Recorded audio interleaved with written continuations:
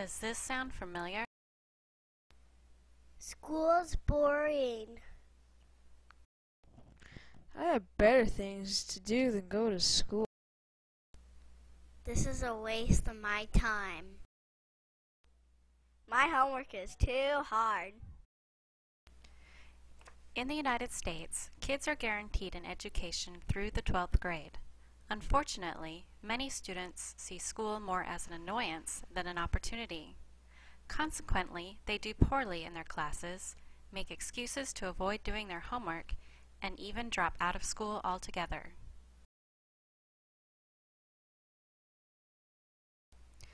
In some countries, children are not able to attend school because they must work to help support their families. Young boys work long days for very little money to help put food on the table, while young girls work at home, caring for their brothers and sisters, as well as cleaning, cooking, and caring for the garden and animals. Many schools in the United States are equipped with resources that other countries can only dream of. Computers, music programs, art programs, physical education, as well as classes in reading, writing, science, math, geography, and social studies are taught in schools to provide kids with what they need to be successful in life. Schools in some countries have very little to offer their students. There are very few schools and very few teachers to teach the students. Some classes can have as many as 100 to 150 students, making it very difficult for children to get the education they need and to get help if they are falling behind. Students in the United States have access to hundreds of books in their school libraries, as well as thousands of books to choose from in the public libraries. Students are encouraged to read all kinds of books to help broaden their minds and are taught skills to improve on their reading fluency. Students in some schools in other countries never learn to read beyond the second grade level. They do not have libraries or books or the resources they need to learn to read. Students in the United States are provided a lunch either from home or from the school cafeteria. If a student's family needs assistance in paying for meals, our government assures that students receive breakfast and lunch at a discounted price or free of charge. Many children in other countries do not have food, clean water, electricity, clothing, or a comfortable warm place to sleep. All the things they need to be healthy and do well in school, things many of us take for granted. The work you are doing in school today is building your entire future. What may seem boring or a waste of time to students in the United States seems like an amazing opportunity for a better way of life for kids in other countries. Working hard in school, getting the most out of your education, graduating from high school, and going to college will help make your dreams for the future come true.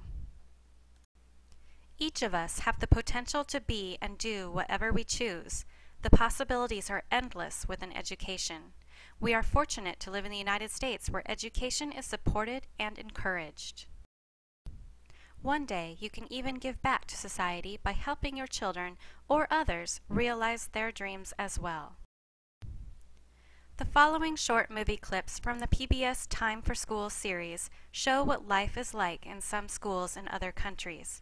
Here, kids attend schools that do not have any of the luxuries that we often take for granted in the United States. They do not complain about going to school or doing homework. They just hope day to day that they can continue to go to school and one day make a better life for themselves and their families.